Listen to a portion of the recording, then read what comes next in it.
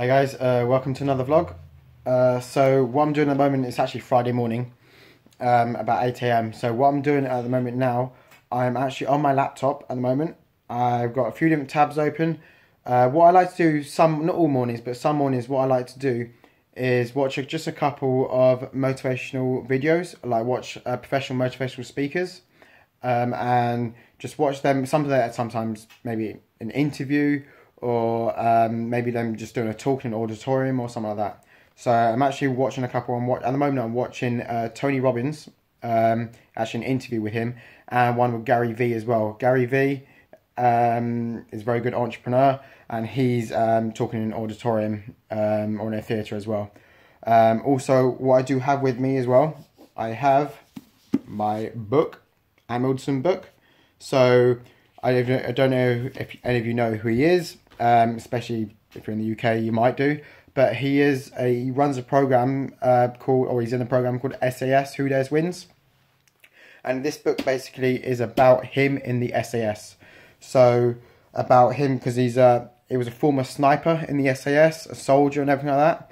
And so I'm literally just, I haven't got too far in the book yet, but I'm reading his book anyway. It's literally about him, about his life, his journey in the SAS, the training they go through, and basically having the perseverance, the determination to just keep going, no matter what as well. And literally good thing about him, he doesn't just apply it in the SAS, he applies it in everyday life as well. So for example, it's like anyone as well, like myself, training wise, I train a lot, obviously train hard as I can. And I always put 100% into my training, no matter what. Also, that should be applied in everyday life as well, in work, relationships, everything really. So you got to not just train hard, but everyday life. Put everything you can into it, and that's why as well I like reading Hamilton, his book. As I said, him in the SAS as well, and I said he does do the program SAS. Who Dares Wins as well, which is one of my favourite programs as well. It's very good to watch. If anyone is actually interested in the video editing software I'm using, it's actually called, what's it called? Movie Studio Platinum 13 as well.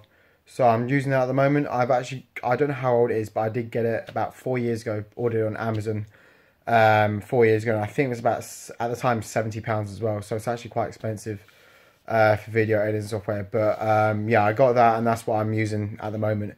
So as I said, I'm just trying to again learn how to use it again, because I haven't used it in years.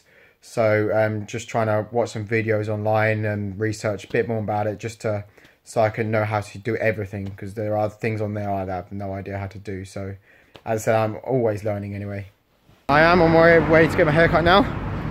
The top of my hair I'm going to leave, and it's going to be more of a fade on the sides.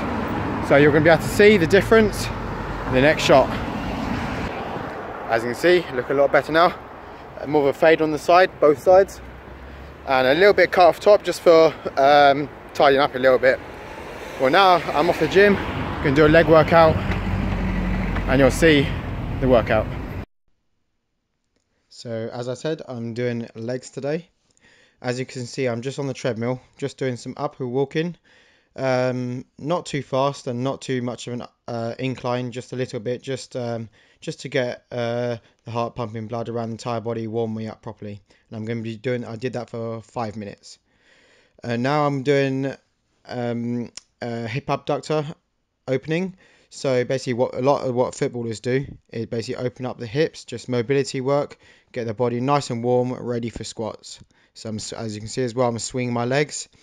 Just like that, I'm doing 10 on each leg, back and forth like that. Again, just opening up the hip abductors, get all the muscles firing in the legs. And I'm doing it sideways here, as you can see as well. So warming up the body as much as possible. So now going to squats, I'm doing just the bar. So just warming up with just the bar, just doing just a few reps, just warming up nice and easy. I do like to do maybe about three, sometimes four warm-up sets before I actually get onto the exercise, whatever it may be. Like if I do squats or a big exercise like squats or deadlifts or bench, I do actually end up usually doing a bit more a bit more working sets because it's usually a bigger movement. Now I'm just going to a plate here each side, so 60 kilos or 135 pounds. Just again, nice and slow. Just warming up again, warming up the body nice and slowly.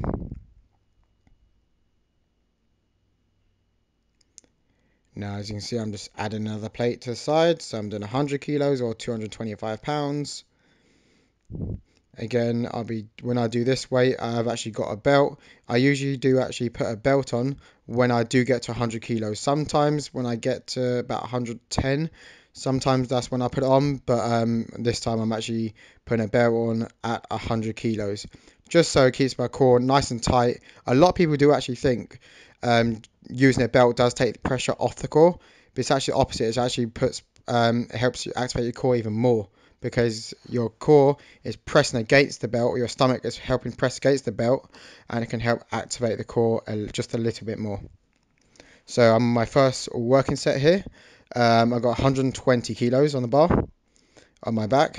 As you can see, I've got good depth as well, which I've been working on very recently. Been trying to go nice and low down, so trying to get parallel. So basically that is when your hip bone is in line with your knees horizontally. As you can see, I'm doing will do 6 reps here. And as well, what you want to make sure when you're doing squats, make sure you keep your back very straight.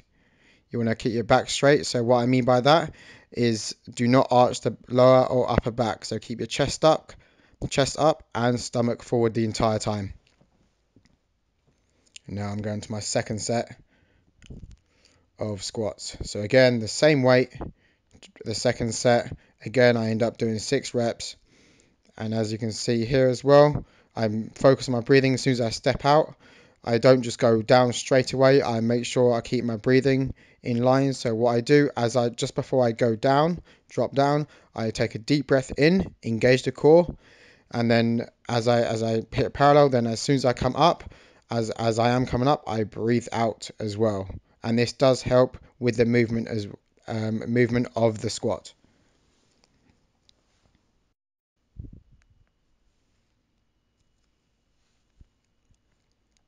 Yeah, as you can see, that last rep was quite tough. But again, I am just pushing as hard as I can, pushing to the max.